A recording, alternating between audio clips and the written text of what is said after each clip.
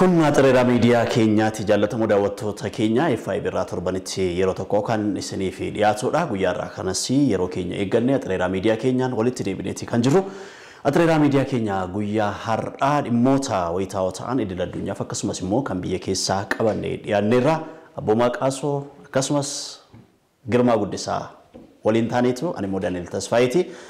Mubarak Bashir studio kana keessa direct nu gochuudhaan sagantaa kana waraabee simbiraan ga'uudhaan nu faana jira hanga xumuraatti nu waliin akka turtan gamanumaan isin afeerra dhimmooti nu irratti guyyaarraa dubbannu ajandaa keenya jalqaba irratti tokko lama mataa tuqne gara gadi fageenyaan walii wajjin irratti dubbachuutti ceena.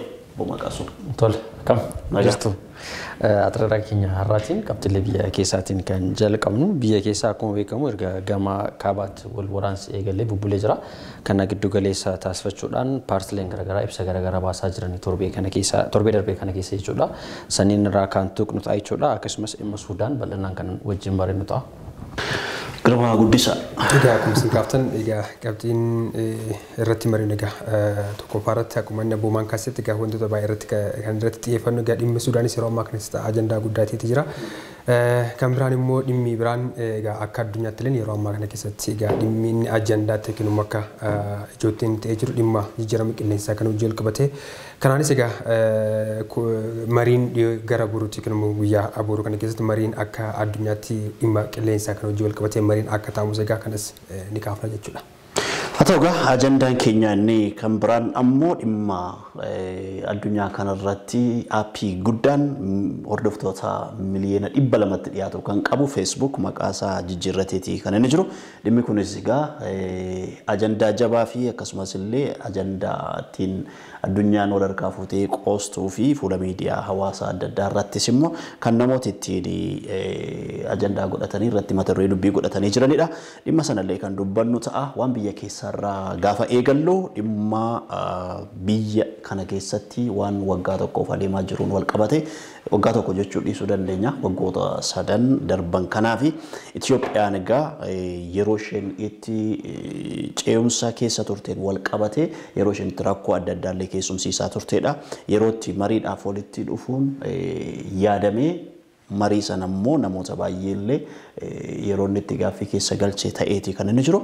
Egaa waan paartileen biyya kana keessa jiran barbaadan baay'een isaa jechuudha akka yaadametti hin adeemne keessumaayyuu paartileen morkattoota biyya kana keessa jiran filannoo ja'affaa Itoophiyaan geggeeffatte irratti kan hirmaanne jiru paartilee gurguddoon biyya kana keessa jirani isaan kun egaa mufii fi mufannaa isaanii akkuma jirutti itti ufanitti kan isaan jirani mariin biyyaalessaa eegame akka yaadameef yeroo yaadametti geggeeffamuu dhabuun isaas paartilee morkattoota muraasa ta'an keessumaayyuu Oromiyaa keessatti dorgomanii mufachiiseeti kan inni ture. Egaa yeroo ammaa kanatti immoo dhimmi marii biyyaalessaa ajandaa ta'ee ho'eeti kan inni jiru. Qaamonni biyya alaa jiranis immoo Itoophiyaan gara marii biyyaalessaatti dhufuutu irra jira kan isaan jedhani akkasumas immoo namootni siyaasaa buleeyyii ta'anis biyya kana keessa kan jirani biyyattiin gara waliigaltee marii biyyaalessaatti yoo dhufte gara tasgabbii boqonnaa haaraatti ce'uu dandeessi yaada jedhu kan isaan kaasaa turani dhimmoo kana irratti kan dubbannu ta'a jechuudha. Kana keessa akkuma tamarraa kaaste jechuudha keessumaayyuu Koongiresiin Federaalaa Oromoodha onkololeessa 5 bara 2021tti rakkoo siyaasa biyyattii kana keessa deemaa jiruuf mariin biyyaalessaa akkasumas haqa qabeessaa fi dhugaa irratti hundaa'ee akkasumas qaama hunda hirmaachise gaggeeffamuu qaba jechuudhaan ibsa baaseeti kan inni jiru haaldureewwan gaafates qaba fakkeenyaaf haaldureewwan gama afuritti dhiyaatan kaaseeti kan inni jiru haalduree kanneen keessaa inni jalqabaa waraanni seera kabachiisuu jechuudhaan eegalame gara dhimma jiraachuu fi jiraachuu dhabuu biyyaaf waan caa jiruuf hatantamaan dhaabbachuu qabaadha haaldureen inni jalqaba haaldureen inni lammataa ni gaafate mariin kun qaamota hawaasaa idil addunyaatiif beekamtii deeggarsaa kennamee fi akkasumas bilisaa fi amanamummaa ta'anii gara kamiyyuu osoo hin loogin kanneen hundumaa biratti fudhatama qabu hoogganamu qabas jedheeti kan inni jiru gartuu hidhannoo socho'an marii biyyaalessaa kana keessatti hirmaachuun haalduree sadaffaa dhaabni kun dhiyeesseedha jechuudha. Inni afuraffaan ammoo hidhamtoota siyaasaa hundumaa hiikamanii gara marii kanaattis affeeramuu akka qaban paartiin kun gaafateeti kan inni jiru. Inni biraa paartiin Izeemaati. Paartiin Izeemaas dhimma kana wajjin wal qabsiiseeti muummee ministeera Dr. Abiy Ahmed mana marii bakka bu'oota uummatatti dhiyaatanii dhimma waraana kaaba Itoophiyaa irratti ibsa akka kennanis gaafateetti kan inni jiru jechuudha. Kun ammoo miseensonni paartii Izeemaati kan gaafatan jechuudha. Isaanis waraanni ganna tokko lakkoofsaatti gahaa jiru kun golabamuu osoo qabu.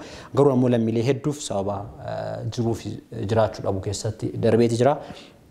Kanaafuu muummeen ministeera dhimma kanarrattan hubannoo yookiin ammoo dhimma kanarrattan paartii mana marii bakka bu'oota uummataatti dhiyaataniitiin kennuu qaban jechuudhaanis gaafateeti kan inni jiru paartiin Izeemaadhaallee jechuudha. Akkasumas dhimma kana wajjin wal qabsiisee gama intarnaashinaalitti illee deemnee dhaabbileen garaagaraa yeroo garaagaraatti akkuma waamicha taasisaa jiran fakkeenyaaf waldaan fannoo yookiin addeecha diimaa addunyaadha. Dhimma kana wajjin wal qabsiisee waraanni kaaba Itoophiyaatti gaggeeffamaatti jiru furmaata siyaasaa barbaada jedheetan ibsa kennuun isaa kan yaadatamudha.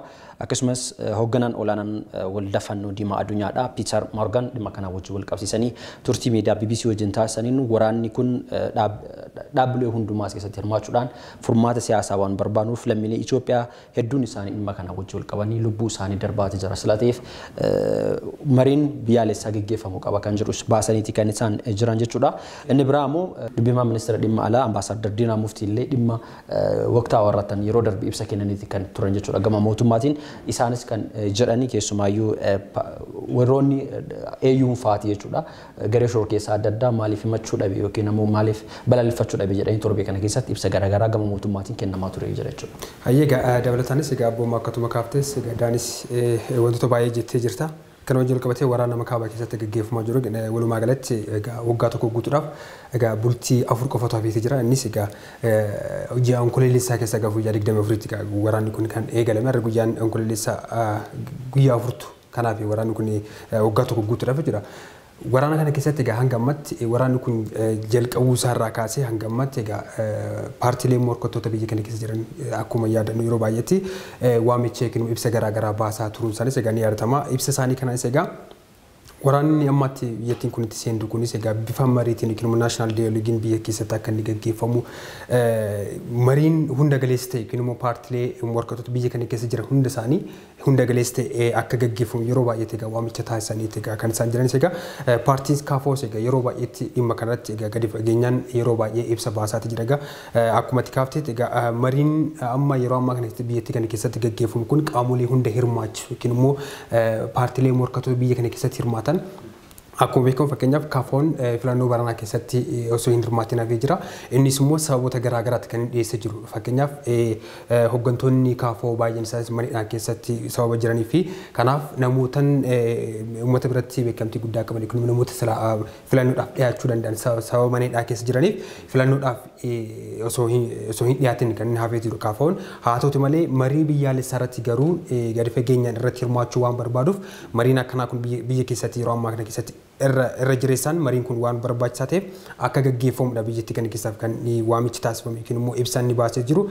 Walumaa galatti amma biyya kana keessatti fakkeenyaaf Wallagga keessatti amma rakkoon hin jira. Beenshaangul Gumuz keessa, Affaar, Tigraay, Amaaraa fi iddoowwan baay'ee keessatti rakkoo guddaatu jira. Kanaan immoo namoonni baay'een qisaasama guddaateef yookiin immoo jireenya isaaniitiif rakkoo guddaatu itti dhiyaatee jira. Namoonni baay'eenis sababa kanaatiin qe'ee isaanirraa godaanatu jira. Kanaaf yeroo ammaa kana keessatti namoonni hidhatanis kan bakka garaagaraa keessa jiran hidhannoo isaanii kanas egaa dhiisuudhaan gara mariitti akka adeeman kan ibsi kun laatamee jiru. Kan hojii qabatee immoo egaa akkuma itti kaafteen paartiin Izeemaas egaa dhiyeenya kana keessatti akkuma itti kaafteen egaa ibsa baasee jira. Ibsi inni baase kunis egaa waraana nama biyyattii kana keessatti adeemsifamaa jiru kun hanga ammaatti gara waggaa tokko already waggaa tokko guuteera jechuun dandeenya. Kanaaf waggaa kana keessatti badii hangamitu biyyattii kana keessatti fideetidha. Already gara biiliyoona 125 olitti badii walumaa galatti kan jedhamus hin jira. Kanaan mariin biyyaalessaa akka gaggeeffamu yookiin immoo muummee ministeeras egaa paarlaamaa biyyattiidhaaf dhiyaatanii hamma waraanni kun hanga yoomitti adeemuu kan danda'u yookiin immoo waraanni kunis egaa fakkeenyaaf erga xumuramee booda namoonni qe'ee isaanirraa buqqaanii gara bakka biraatti jiranii jireenya idilee isaanii haala akkamiitiin deebi'uu danda'ama, deeggarsi isaaniif taasifamu maal, kanaaf isa kanaaf deebiin akka laatamudha kan isaan laatanii jiranii. Gama biraatiin immoo egaa mootummaan Itoophiyaas egaa dhimma marii biyyaalessaa kan hojii wal qabatee egaa dhiyeenya kana keessatti mariin biyyaalessaa ni adeemsas kan jedhu egaa gamanumaan qophii irra jira. Marii biyyaalessaa ni gaggeeffamu yookiin immoo eenyufaatu keessatti hirmaata kan jedhu sangammaatti wanti ifatee hin jiru. Qaamoleen hidhatanii kan bosona keessa jiranii fi qaamoleen hidhannees paartileen morkattoota hundi isaanii marii biyyaalessaa keessatti ni hirmaatan kan jedhu gamanumaan egaa roodmaappiin hojjetamaa jiraachuu isaa egaa ambaasaaddar Diinaa Muftiin egaa kaasanii jiru. Kanarratti kan nuti ibsu yookaas immoo jabeessinee dubbachuun irra jiraatu nuyi ogeessota miidiyaati. Akka ogeessota miidiyaattiidha kan nuti dubbannu waan taajjabnes akka nama miidiyaa tokkotti waggoota darban kana keessatti biyyattiin maal buufattee uummati biyyattii maal argate maal miidhame isa jedhu irratti xiyyeeffachuudhaan kan nuti dubbachuu qabnu. Waggoota darban kana keessa amma biyyattiin haala qabatamaa amma jiru kanaatiin naannolee 10tu jira. Naannoon Sidaamaa erga dabalameeti. Naannolee kurnan biyyattii kana keessa jiran keessaa naannoo kamtu nagaadha yoo jenne naannoleen amma nagaatti ba'anii jireenya isaanii yaaddoo malee geggeeffachuu danda'an naannoo muraasa akka isaan ta'anidha. Keessaayyuu jiruuf jireenya isaa geggeeffachaa jiru magaalaa guddoo biyyattii Finfinneedha. Finfinnee keessatti namni akka barbaadetti baatee galuu hin dandeessa. Iddoowwan tokko yooma hattuun illee si saamte malee jechuudha. Bakkeewwan biraatti garuu biyyattiin naannoo kan biraa keessatti jechuudha rakkoo gurguddaa baay'ee keessumsiisaa akka isheen jirtudha. Naannoo Tigraay deemuu dandeessa, Amaara keessatti, Affaariin, naannoo Somaaleetti, asiin Benishaangul Gumuzitti yoo gadi buute rakkoo gurguddaa waraanaan wal qabate namni guyyaadhaa gara guyyaatti du'uun baratamaa yookaas immoo dhannataa dhufeeti kan inni jiru. Isa kana egaa akkamitti hiikuu dandeenyaadha. Marii biyyaalessaatti biyyattiin dhufuutu isheerra jiraata. Rakkoo kanarraa biyyi kun baraaramuudhaa fi dandamachuudhaa fi marii biyyaalessaa hunda hirmaachise qabaachuutu isheerra jiraata. Maaliif mariin siyaasaa barbaachise yookaan mariin biyyaalessaa maaliif barbaachise isa jedhu ibsi kaafaawwan kaasee yookaan eenyufaatu keessatti hirmaata isa jedhu keessatti warra mootummaatti dhiyoo jiran duwwaa wajjin mariin biyyaalessaa yoo godhame biyyattiin ammas rakkoo keessaa ba'uun irra hin jiraatu. Warra fagoo jiru mootummaarraa achi fagaatanii biyya kana keessatti eegar bor nageenyi waaraan dhufuu keessatti shakkii uuma kan jedhamu warra achi fagoo jiran illee warra mootummaarraa faallaa ta'anii achi fagaatanii dhaabatan illee mootummaan ofitti butee isaanii wajjin marii biyyaalessaa taasisuutu irra jiraata. Biyyi kun biyya sabaaf sablammooti hedduun keessa jiraatan akka ta'e beekamaadha. Sabaaf sablammii 85 biyya kana keessa jiraata. Sabaaf sablammiin biyya kana keessa jiru dogoggora seenaa baay'ee waliin qooddachaa jira. Isa kana sirrachuutu irra jiraataadha. Gama dinagdeetiin inni tokko sooromee gubbaa sana jira, inni tokko garuu sabaaf sablammii kan biraan garuu waan nyaatu illee hin qabu. Utuu qabeenya qabu, utuu risoorsii baay'ee naannoo isaa keessa jiru, qe'ee isaa keessa jiru garuu hiyyeessa ta'eeti kan inni jiraachaa jiru. Inni kun sirrachuutu irra jiraata. Siyaasa irratti inni tokko olaantummaa fudhachuu barbaada biyya kana keessatti nutu abbaa biyya kanaati, biyya kana nutu bu'uuresse, nutu dhaabe, seenaa biyya kanaa keessatti, aadaa biyya kanaa keessatti kan keenya boolli ta'ee mul'achuutu irra jiraata. Nuyi ga'ee leencaa argachuu qabna malee warri kaan lammii lammaffaadha jedhanii warri yaadan biyya kana keessa jiru. Inni kun marii biyyaalessaatiin hiika argachuutu irra jiraata. Namni hundumtuu walqixxee akka ta'etti amanuutu irra jiraata. Teebilii tokkorra taa'ee isa jedhudha. Ibsi kaafaa'uun baasee kan inni argisiisu jechuudha. Abbo Durne Gamtaatti aanaanis kan isaan dubbatanii jiranii. Yoo akkas ta'ee seenaa irratti sabaaf sablammii biyya kana keessa jiru yoo walii gale, siyaasa irratti yoo walii gale, dinagdee irratti yoo walii gale, gara fuulduraatti biyyi kun dhukkuba waggoota dheeraadhaaf wal waraansaatiin miidhamaa turte kanarraa madaa kanarraati dandamachuu fayyuu dandeessi yaada jedhudha. Ibsi hayyooti garaagaraa kan isaan ibsanii jiran jechuudha. Jedhamtooti siyaasaa biyya kana keessatti hiikamuutu irra jiraata. Dhaabni siyaasaa biyya kana keessa jiru sababii yaada faallaa qabuu fi acuucamuun yookaas doorsifamuun irra jiraatu. Akka lammii lammaffaatti ilaalamuun irra jiraatudha ibsisaa. Ibsisaa baay'inaan kan amma tiraatutti kana kan akeekudha. Amma ibsa paartii kana qofaa miti kan ilaalaa jiru. Fakkeenyaaf dhaabbilee intarnaashinaali gurguddaa yeroo garaagaraatti ilaaluu dandeessa. Fakkeenyaaf dhaabbata gamtaa Awurooppaa kana yookiin gamtaa addunyaa kanas yeroo garaagaraatti ilaaluu dandeessa. Dhimmi isaan jedhaa jiran waraana kun osoo hin jalqabin duratti yoo xiyyeeffattee ilaalta jiraate waraanni akka hin barbaachisne yookiin immoo biyya saniif waraanni akka hin barbaachisne kaasaa turanii kan isaan jiran.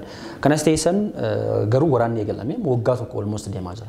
Waggaa kana keessatti yoo xiqqaate lammiileen kumaatamatti lakkaa'aman yeroo ammaa kana baqatanii kan biyya baan jiranii kan ajjeefaman jiranii miliyoona kan lakkaa'aman rakkoo garaagaraatiif kan saaxilaman ni jira jechuudha.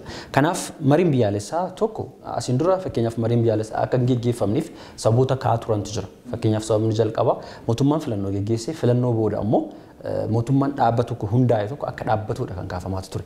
Inni sun erga raawwatame booda ammoo ammatti erga mootummaan sun dhaabbatee mootummaan kun haala mijeessee qaamolee hundumaa wajjin fakkeenyaaf qaamolee amma paartileen garaagaraa eeraa jiran kana hundumaa walii hammatanii mariin biyyaalessaa geggeeffamu furmaata akka ta'etti kaasaa jiran jechuudha. Dhimma kana irratti hayyootiin garaagaraa miidiyaa garaagaraa wajjin turtii yoo taasisan daawwadhee ture fakkeenyaaf namoonni garaagaraa ergaa garaagaraa yeroo dabarsan jechuudha. Yeroon kun yeroo biyyi kun furmaata siyaasaa waliin gatteetti mari'attuudha malee fakkeenyaaf yeroo miidiyaa haala miidiyaa tokko ilaalte ammoo fakkeenyaaf gabaasaalee isaan qabatanii ba'an deemi loli maal jedhi akka jedhantu jira. Haalli kun amma adeemsi haalli kun ittiin deemaa jiru tokko biyya kanaaf gaarii ta'ee mul'atu sababiin isaa lammiileen biyya kana keessa jiran hundi isaaniitu hedduu ta'anii lakkoofsaan hedduu ta'anii hundumaa isaa waraana ooftee booda irra deebitee lakkoofsa uummataa hedduu hir'ata malee wanta ta'e fidduun jiru waraana keessatti jechuudha. Fakkeenyaaf qaamni amma ati wal lolaa jirtu kun isaanis achi hundi isaanii jidduu kana keessatti uummata nagaattu miidhamaa jira. Fakkeenyaaf jidduu kana keessatti gara magaalaa kaaba Itoophiyaa keessatti taatee ta'aa jiru ilaalaa jiru. Har'a akkana ta'e boru akkana ta'e har'a akkana ta'e propagandaanis baay'atee jira jechuudha. Propagandaan gama lamaanii kennamu fakkeenyaaf gama mootummaatiinis ta'ee gama warra shiroo keessa jedhamee farrajamaniitiin kennamu hundi isaatu wal nyaatee jira. Gama lamaaniinuu jechuudha. Odeeffannoo qulqulluu argachuuf hawaasni rakkina guddaa keessa akka jiru gabaafamaa jira. Fakkeenyaaf odeeffannoo qulqulluu tokko argatte waa'een kana irra dubbachuudhaaf rakkisaa akka ta'etti gama lachinuu burjaajii waan jiruuf gama lachinuu propagaandaa waan baatee jiruuf jechuudha. Kanaaf walumaa galatti akka paartileen garaagaraa kaasaa jiran akka hayyootiin garaagaraa kaasaa jiran ija banatanii ilaaluun barbaachisaadha egeree biyya kanaatiif. Sababiin isaa biyya kan jaallattu lammii wajjin biyya yoo jiraatte lammiileen hundi yoo jiraate walitti dabalamee biyya kana guddisuu danda'a. Biyya kana guddaa sadarkaa utubaa namni dhaqqabuu hin dandeenye dhaabuu danda'a jechuudha biyya kanaaf. Yoo kan waliigalan malee alaan galan akkuma Oromoon jedhu san waliigaluun barbaachisaadha. Waliigalanii yoo mari'anne waliigalanii yoo waliin dhageenye walii hubanne haalli ittiin deemu baay'ee cimaa ta'uu danda'a. Baay'ee asirratti akka addunyaattis qaamni kamiyyuu waraana kan deeggaru hin jiru asirratti. Sababni isaas waraana biyyattii keessatti amma akkuma isin kaaftan kana keessatti bu'aan buusarra qisaasama biyyattii kana keessatti buusaa jiru. Fakkeenyaaf dinagdee irratti ilaaluu ni danda'a. Fakkeenyaaf dinagdeen waraana kana sababa waraana kanaatiin dinagdee biyyattis baay'ee laamshaatee jira. Kiisii dhuunfaa keenya keessatti kun mana tokkoon keenya keessatti kan inni seenetu jiru sii galee. Kanaaf waraana kana keessatti waraanni kun akkuma dhaabbatee gara bifa mariitiin gaggeeffama biyyattiinis nagaa waarawaa keessatti akka isheen galtu qaamni kamiyyuu asirratti gahee akka fakkeenyaaf dhimma kanarratti fakkeenyaaf abbootiin amantaa jaarsoliin biyyaa akkasumas immoo qaamoleen siivilii dhimma kanarratti gadi fageenya yoo irratti hin hojjenne ta'e akkanumaan kan yeroo hundatti waraanatti seenuun yeroo guyyuma waraana labsuun kunis egaa bu'aan yookiin fidu tokkolleen akka hin jirre qisaasama guddaatu biyyattii kana keessatti deemee dhiibbaa waan fiduuf kun immoo deemee Itoophiyaan maqaan yookiin immoo maqaan isheen akka addunyaatti kanaan dura qabdu irraa baduu waan danda'uuf wanti akkanaa kun akka biyya keessatti sirrawaa akka danda'u fakkeenyaaf waraanni amma yeroo ammaa kana keessatti gaggeeffamaa jiru kun haala waan dhaabbatu natti hin fakkaatamu. Sigalee waraanni yeroo ammaa kana haalaan akka malee ho'aati jira. Sababa kanaatiin immoo waraana amma gaggeeffamaa jiru kana keessatti namni yeroo ammaa kana namni baay'inaan immoo miidhamaa kan jiru uummata Amaaraati yeroo ammaa kana keessatti. Sababa waraana kanaatiin fakkeenyaaf Walloon guutumaa guutuu jechuu dandeessa yeroo ammaa kana keessatti baay'een isaanii horii isaanii qabeenya isaanii gadhiisanitti kan isaan godaanaa jiran. Kanaaf yeroo baay'ee immoo dhaabbileen idil addunyaas gargaarsa bakka hin qaqqabnetti hangammaatti akka hin taasisnetti namoonni beelaanis du'aa akka jiran Tigraay keessa dabalatee Affaar keessa dabalatee manneen barnoota baay'ee kan ta'u yeroo ammaa kanatti kan barbadaa'ee jira. Miidiyaaleen biyyattii keessatti akka gabaasaa jiranitti manneen barnootaa kun baay'ata mootummaa waggaa meeqaan kan hojjetamee jiru. Fakkeenyaaf sababa waraana kanaatiin wantoonni uummataaf kanneen akka hospitaala kanneen manneen barnootaa yeroo ammaa kanatti barbadaa'anii jiran kana deebisanii ijaaruudhaaf yeroo baay'ee baajata guddaa qisaasama humna nama baay'ee kan inni gaafatu. Kanaaf ammumaanuu mariin biyyaalessaa kun biyyattii keessatti gaggeeffamu kun osoo paartiilee hunda yookiin immoo mormitoota kan qaama hidhate keessatti osoo keessatti hirmaatanii biyyattii kanaas nageenyi waaraa akka asirratti wanti nu beekuu qabnu Itoophiyaan ji'a darbee hundeeffama mootummaa ibsiteeti kan isheen jirtu mootummaa haaraan hundeeffameeti kan jiru. Pirezidaantiin Itoophiyaa guyyaa sana ibsa isaan kennanii Saahilawarq Zawudeedha. Rakkoo biyya kana keessatti mudatee jiru hiikuudhaaf yookaas furmaatatti kennuudhaaf falli tokkoof tokko marii biyyaalessaa akka ta'e kallattii kaa'aniiti kan isaan turan. Amma biyya kana keessatti kan dinagdee biyya kanaas waan hundumaa humna nama kanaa dargaggooti baay'een dirree isaan irratti wareegamaa jiran dirree misoomaa utuu hin taane dirree waraanaa irratti kaabatti gaggeeffamaa jiru irrattidha. Inni kun seenaa mataa isaatii qabaachuu danda'a. Amma humni TPLF fi mootummaa federaalaa gidduutti adeemsi geggeeffamaa jiru kun waraanni geggeeffamaa jiru kun rakkoof qisaasamni inni biyya kana keessatti geessaa jiru waan beekamaadha. Namooti baay'een isaanii warri beela'aa jiran warri dheebochaa jiranii waraana warra TPLF yookaas warra aangawoota siyaasaa otoo hin taane uummata achi mandara ganda keessa jiraatu. Uummata achi waan nyaatu illee dhabee ijoollee isaa waan ittiin guddifatu dhabee uummata barumsa dhabee ijoollee ol adeemaa mana barumsaa dhabanii mana keessatti saayikoon isaanii miidhamaa jiruu fi yaadamuu tura jiraata. Mariin biyyaalessaa yoo dhufe lameen biyya kana keessa jiru nagaatti ba'ee daldalachuu danda'a, nagaatti barachuu danda'a, nagaatti jiruuf jireenya isaa geggeeffachuu danda'a. Waraanni aara galfatee daangaa biyyaa eeguutti achi ce'u tura jiraata. Kanaafuu akkuma jalqabarraati kaasne akkuma yaadni paartilee akkasumas dhaabbilee intarnaashinaal adda addaa kaasaatti jiran mariin biyyaalessaa hunda keenya fu barbaachisaadha lammii biyya kanaatiif barbaachisaadha jechuun barbaannaa qabxii keenya sattaanitti kan dabalu ta'a. Waa'ee Facebook kaasne gara Sudaanitti ceene gaariidha maaliif dhimma addunyaalessaa ta'eera dhimmi Sudaanii. Facebookiin jaalattaa? Egaa young generation taate namni Facebook hin fayyadamne baay'ee hin jiru. Egaa namooti baay'een kan isaan kaasanii Facebook erga dhufe akka addictive ta'eera, araada ta'eera dargaggoota. Suusii ta'eera. Suusii ta'eera.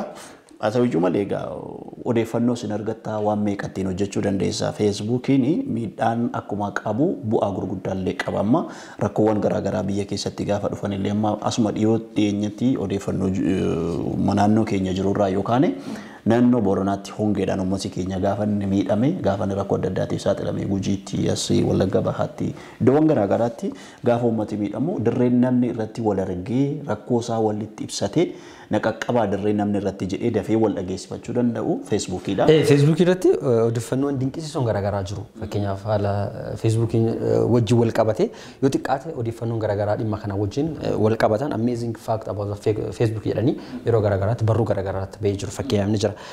Suuraalee biiliyoona 250 guyyaatti ni maxxanfama. Walumaa galatti suuraalee miiliyoona hedduu ta'an jechuudha. Facebook irra jiru fakkeenyaaf biiliyoona 250 yoo ta'an guyyaa keessatti yoo xiqqaate miiliyoona 350 Facebookiin suuraaleen garaagaraa Facebook irratti guyyaa guyyaatti ni maxxanfamaa jedha. Akkasumas lammiilee Ameerikaa harka 71 Facebook ni fayyadamu. Walumaa galatti harka 71 kan biyya keenyas ilaaluu dandeenya jechuudha. Warra dhiiraa caalaa immoo warri dubartoota Facebook baay'ee fayyadamu jechuudhaanis gabaasni kun ni jira.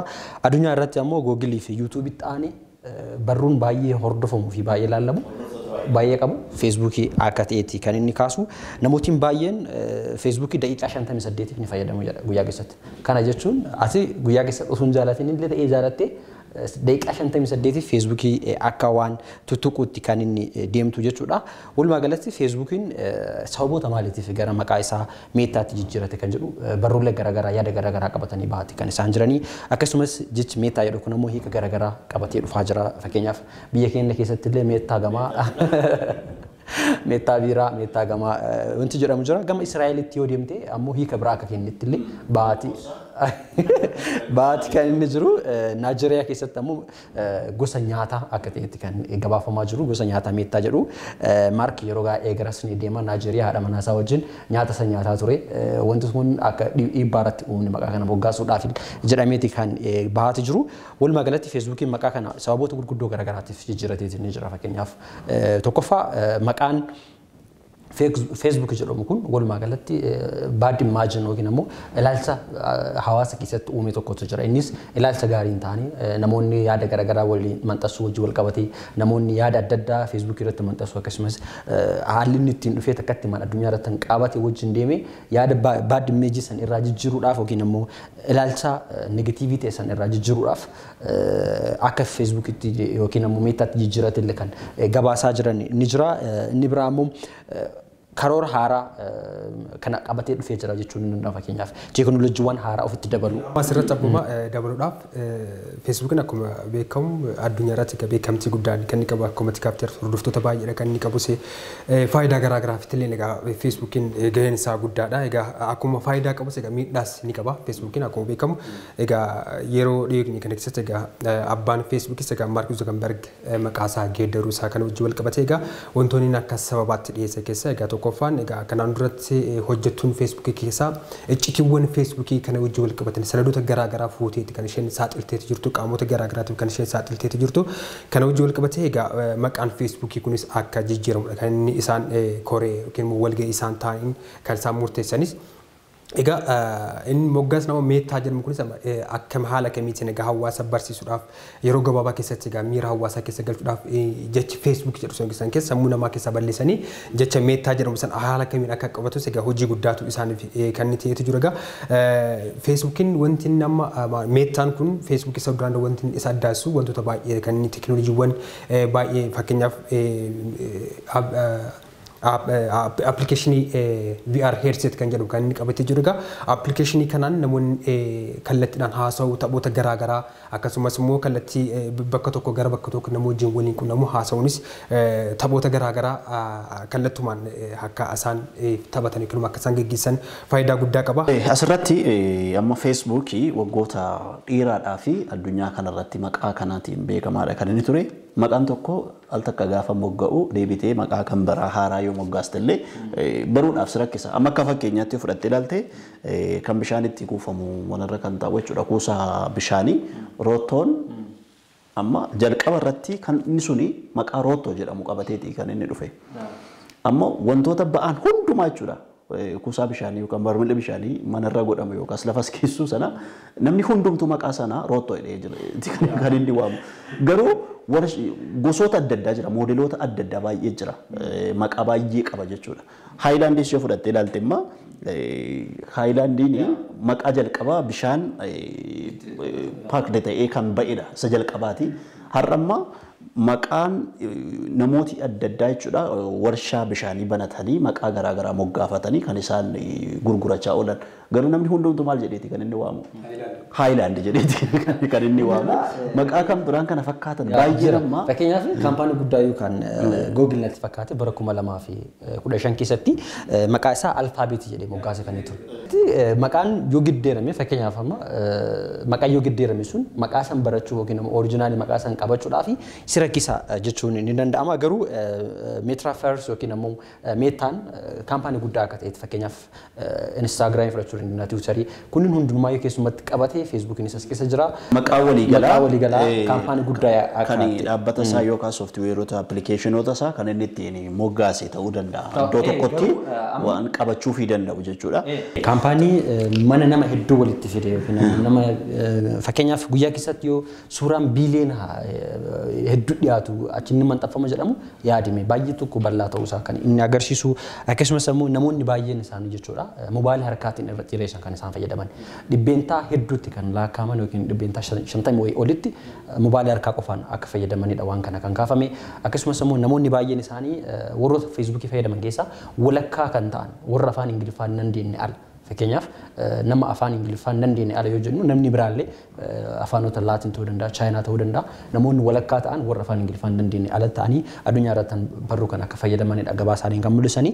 Walumaa galatti feesbuukiin akkuma maqaa isaatti yookaas baay'ee tokko bal'aa akka ta'e jiru amma immoo meettaa ta'etti as ba'uun isaa yookiin immoo kaampaaniin kun ol guddatee akkana sadarkaa guddaa argamuun maybe kompiteeshiniin kana booda inni teekinooloojii garaagaraatiin qaburraatii hamma tokko isteepi tokko fagaachuu akka inni danda'utti kan agarsiisudha. Kana kanaan jennee qabxii kennaa isa tantu sudah bare-bare. Kapten Nitsanu gara Sudaanitti kan nu ceesisu egaa akkuma beekamu yeroo ammaa kana keessatti biyyi Sudaan hokkara siyaasaatiin wajjin qabatee egaa rakkina cimaa keessa kan jirtudha. Yeroo ammaa kana keessatti egaa lammiileen biyyattis garee lamatti qoodamanis kan isaan mormii biyyattii keessatti kan gaggeessaa jiranis sababa kana wajjinis dhiyeenya kana keessatti egaa muummee ministeera Sudaan Abdallaa Hamdookis egaa humna waraana biyyattiitiin kan isaan qabamanii kan isaan hidhamanii jiran haa ta'u malee egaa muummee ministeera Abdallaa Hamdook yeroo dhiyeenya kana keessatti egaa kan isaan hiikamanii jiranii Jeneraal Abdul Fattah Al-Burhaanis Jeneraal Abdul Fattah Al-Burhaan ambaasadara Ameerikaa yookiin immoo gamtaa Awurooppaa akkasumas ambaasadarota Chaayinaa ambaasadarota Kwaatar Faransaay dabalatee biyya Sudaan keessa akka bahanis taasiseeti jira. Kana wajjin walqabates yeroo ammaa kana keessatti Sudaan keessatti hokkara uumame kana wajjin walqabatee Sudaan gamtaa Afrikaa keessaas akka baatus akka baatee jirtus himameeti jira. Akkasumas deeggarsa kanaan dura dhaabbileen garaagaraa dhaabbileen gurguddoon addunyaa gara Sudaaniif taasisan fakkeenyaaf baankiin addunyaa irra jireessaan Suudaaniif yeroo baay'eetti deeggarsa maallaqa gurguddaa kan taasisaa jiru. Sababa kanaanis egaa maallaqa kunis baankiin addunyaa Suudaaniif deeggarsa hin taasisu yookiin immoo dhaabuu isaati kan himeeti jiru. Kana qofa osoo hin ta'in Suudaan keessatti yeroo ammaa kana keessatti egaa fincilli yookiin immoo mormiin cimaatu yeroo hanga ammaatti kan adeemsifamaa jiru. Mormiin kunis egaa kan adeemsifamaa jiru biyyattii keessatti egaa siivilii mootummaa akka dhaabbatuu fi mootummaan siivilii akka dhaabbatu gama biraatiin immoo humni waraanaa biyyattii bulchuu akka qabudha kan mormiin biyyattii keessatti gaggeeffamaa jiru. Kana wajjin wal qabatee Suudaan yeroo ammaa kana keessatti gamtaa Afrikaa keessaa baateeti jirti. Akkasumas immoo ambaasaadota baay'ee biyya keessaa ariiteeti jirti. Kana qofa osoo hin ta'in deeggarsi garaagaraa biyya Suudaaniif taasifamus adda citeeti jira. Egaa balaliin xiyyaaraas egaa gara Suudaanittis kan seenes egaa Suudaan keessaas gara biyya alaa kan daawwanis egaa addaan citanii jiranii. Gama biraatiin immoo yeroo baay'ee Suudaan fi Itoophiyaa wanti isaan walitti fidu waa'ee hidha haaromsa laga Itoophiyaa keessatti jiru kana wajjin wal qabate yeroo baay'ee mariin akka taasifamus biyyoota garaagaraa keessatti dhimma hidha Abbayyaa kana wajjin qabate mariin taasifamaa tureeti jira. Amma immoo wanti oduun haaraan bahee jiru kun dhaabbata mootummoota gamtoomaniileen yeroo dhiyeenya kana keessatti ibsa baaseen Suudaan dhimma hidha haaromsaa Itoophiyaa wajjin wal qabatee marii taasisuu hin dandeessudha kan jedheeti jiru. Kana qofa osoo hin ta'in egaa ambaasaadar Diinaa Muftiilleen dhiyeenya kana keessatti Suudaan yeroo ammaa kana keessatti waa'ee dhimma Abbayyaa irratti mariin isheen taasistu tokko illee ni jiru. Sababni isaas muummee ministeera Abdallaa Hamdook akka seeratti ministeera muummee ta'uu isaanii beekna. Amma immoo humna waraanaatiin waan bulaa jirtuuf qaamni haqa qabeessa yookiin qaamni seera ta'e biyyattii bulchaa waan hin jirreef qaamni fakkeenyaaf dhimma haaromsaa kana wajjin wal qabatee marii taasisuudhaaf dirqama. Qaamni biyya san bulchuu propoozaala qopheessee propoozaala qabxiilee garaagaraa irratti dhiyeessuudhaan mariin akka taasifamudha kan yeroo baay'ee kaa'atu jiru. Kanaan Itoophiyaanis gamanumaan Suudaan waa'ee hidha haaromsaa Itoophiyaa kana wajjin wal qabatee marii irratti hirmaachuu akka hin dandeenyedha kan ibsameeti jiru. Kana qofa osoo hin ta'in dhaabbanni mootummoota gamtoomanii hanga ammaatti mootummaa siivilii Suudaan keessatti dhaabbachuu qabaadha. Kana qofa osoo hin ta'in fakkeenyaaf Abdallaa Hamdook aangoo irraa kaafamanii jiran yeroo ammaa kana keessatti dhaabbileen gamtaan Awurooppaa dhaabbata mootummoota gamtoomanii Ameerikaa dabalatee hanga ammaatti Suudaan beekamtii kan isaan kennan muummee ministeera Abdallaa Hamdook hanga ammaatti muummee ministeera Suudaan isuma jechuudha kan isaan asirratti waan nuti dabaluun nurra jiraatu biyya kana keessatti yookaan immoo gaanfa Afrikaa kana keessatti biyyi ollaa Itoophiyaa taate biyya Suudaanidha tokko. Suudaan amma rakkoo keessa galtee jirtu kuni Itoophiyaa irratti dhiibbaa maalii qabaata isa jedhu ilaaluun barbaachisaadha. Akkuma amma Girmaan kaasaa ture biyyi Suudaanii qabeenyi isheen Itoophiyaa wajjin qooddattu Abbayyaadha. Daangaa waliin qooddatti. Daangaa kanarrattis Abbayyaa irrattis ejjennoon ajajaan waraanaa biyyattii Sudaan amma fonqolcha mootummaa geggeesse kun ejjennoon isaan qabani Itoophiyaadhaaf yaaddoo akka inni ta'e rogeessi siyaasaa biyya London jiraatanii side ibsaniiti kan isaan jiran ibsa isaan BBC waliin taasisaniitiin ejjennoon Abrahaam Itoophiyaa irratti qabu keessumaayyuu waa'ee hidha haaromsaa irratti ejjennoonni qabu kan Abdallaa Hamdookii wajjin baay'ee garaagarummaa guddaa akka inni qabudha. Yeroo Itoophiyaan gara mariitti adeemaa turte Ijiptii wajjin walii galuudhaanii Alsiisiidhaa wajjin walii galuudhaanii waliin ta'anii Itoophiyaa waraanuudhaaf illee yaalii akka isaan gochaa turan yookaas immoo dhiibaa akka inni turedha ibsi ogeessi siyaasaa kun shaakala waraanaa irratti illee kan inni geggeessaa ture. Darbees immoo daangaa irrattis Itoophiyaa wajjin iddoommaa Sudaan fudhattee jirtu piroojeektiiwwan baay'ee irratti yeroo darbe isheen eebbisiifte sana irratti illee sana duuba kan jiru ajajaa waraanaa amma fonqolcha mootummaa geggeesse kanadha. Sudaan keessatti fonqolchi mootummaa amma geggeeffame gaaga'amsi siyaasaa amma biyyattiin keessa jirtu kana keessa ajajaa waraanaa kun aangoo qabatee yoo irraa dandamate gara Itoophiyaa waraanutti ce'uu akka inni danda'u rogeessi siyaasaa kun ibsaniiti kan isaan jirani. Egaa yaaddoo guddaa akka inni ta'edha wanta achitti adeemaa jiru kuni yookaas immoo ajajaan waraanaa amma fonqolcha mootummaa geggeessi kuni Abdallaa Hamdook irraa ejjennoonni Itoophiyaa irratti qabu waa'ee qabeenya bishaan Abbayyaa irratti qabu waa'ee daangaa Itoophiyaa irratti ejjennoonni qabu Itoophiyaa wajjin gara wal waraansaatti geessuu danda'a ce'isuu danda'a yaada jedhudha. Keessumaayyuu gabaasa Afrikaa riippoort baasee wajjin wal qabatee baadde for Itoophiyaan jedheeti kan inni baasee dhimma kana wajjin wal qabatee taayitilii isaa akkasitti fudhateeti kan inni jiru. Maal agarsiisa kun akkuma tamarra kaaste hoggansi duraan ture yookiin immoo Steepii 2 step afootti deemee kee 1 step duubatti akka deebiitti kan kaafame. Fakkeenyaaf steepii inni afootti deemu keessaa inni sun walitti dhufeenyi inni international wajjin qabu yookiin mootummaan ce'umsaa sun gama internationalitti walitti dhufeenyi inni qabu haalaan tokkoon tolee kan inni ture. Fakkeenyaaf walitti dhufeenya biyyoota Awurooppaa adda addaa wajjin qabu, biyyoota akka Ameerikaa wajjin qabu gaabbisan walitti fiduudhaan biyya isaan keessatti tasgabbii fiduudhaaf hojjetee akka turedha kan kaafame.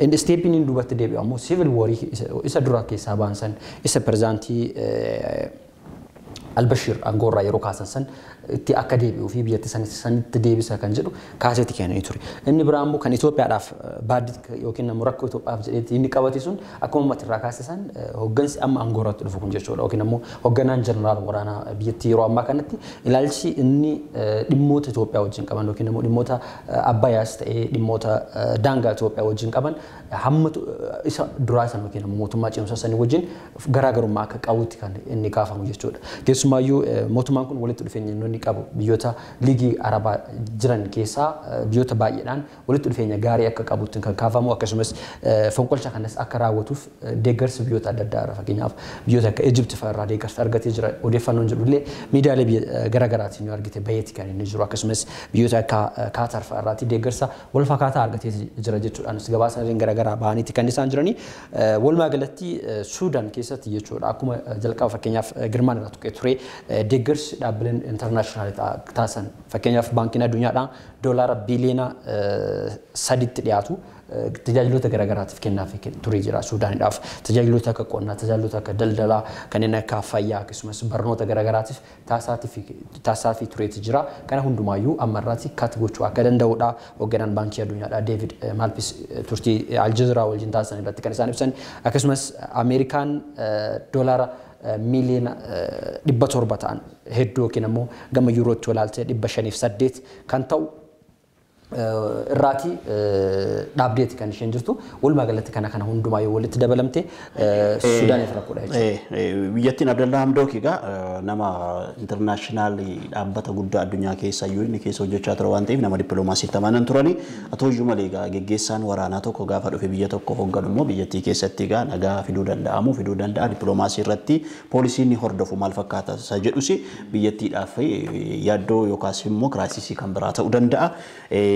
Garaga hamma kana jenneerraa jeeqamsa yookaas immoo siyaasaa addunyaan kun keessumsiisaa jirtu waa muraasarraa jenneerraa immoo gara haala qilleensa addunyaa kana climate change irratti waa muraasa dubbanna. Sanaafis bu'aa kan ta'u yeroo baay'ee egaa siyaasuma addunyaan kun hordoftus ta'uu danda'a. Kana wajjin wal qabatee egaa dhimma jijjiirama qilleensaa kana wajjin wal qabatee egaa akka addunyaattis yeroo ammaa kana keessatti egaa kan yaaddoo guddaa ta'etu jiru egaa akkuma beekamu dhimmi jijjiirama qilleensaa kun biyyoota garaagaraa keessatti balaan inni fidaa jirus egaa yeroo baay'eenis egaa bifa oduutiin daawwattoota keenyaan biraan gahuun keenyas ni yaadatama. Fakkeenyaaf biyyoota garaagaraa keessatti fakkeenyaaf sababa ho'aatiin abiddi bosona keessa qabachuudhaan kan inni qisaasama guddaa geessisaa jiru immoo roobni cimaan biyyoota garaagaraa keessa roobuudhaan balaan geessisaa jirus kunis egaa ni yaadatama. Kana wajjin wal qabatees egaa kanaan dura bara 2000 bara faranjoota bara 2015 keessatti egaa waa'een dhimma jijjiirama qilleensaa kana wajjin wal qabatee Faransaay keessatti egaa mariin taasifameetu jira. Amma immoo egaa erga mariin sun gaggeeffamee booda immoo egaa guyyaa boru yookiin immoo wiixata boru kana keessatti egaa mariin dhimma jijjiirama qilleensaa kana wajjin wal qabatee biyyootiin gurguddoon biyyootiin dinagdeedhaan guddatanii marii taasisuu isaanis egaa gamanumaan qophii xumuraniiti jiru. Kana wajjin wal qabatee egaa gahee guddaa dhimma marii kana dhimma jijjiirama qilleensaa kana wajjin wal qabatee bara hanga bara 2030 kana keessatti gahee guddaa yookiin akka addunyaatti jijjiirama guddaa nan fida jettee kan dhaadachaa jirtu yeroo ammaa kana keessatti egaa Ameerikaadha. Ameerikaan jijjiirama qilleensaaf egaa doolaara tiriliyoona 1.75 kan jedhu karoora qabatteeti jirti. Egaa maallaqa guddaadha kan isheen bajetan qabattee jirtu egaa walumaa galatti tiriliyoona doolaara Ameerikaa tiriliyoona 1.75 karoorfattee kanneen keessaa egaa biliyoona doolaara biliyoona 500 kan ta'u jijjiirama yookiin immoo ashaaraa magariisaa qofaaf kan ooludha. Innis biqiltuuwwan garaagaraa dhaabuudhaaf kan isheen karoorfattee jirtu. Walumaa galatti karoora ishee kana keessatti Ameerikaan namoota miiliyoonaan lakkaawamaniif hojiin ni uumama kan jedhu egaa gamanumaan kaafteeti jirti.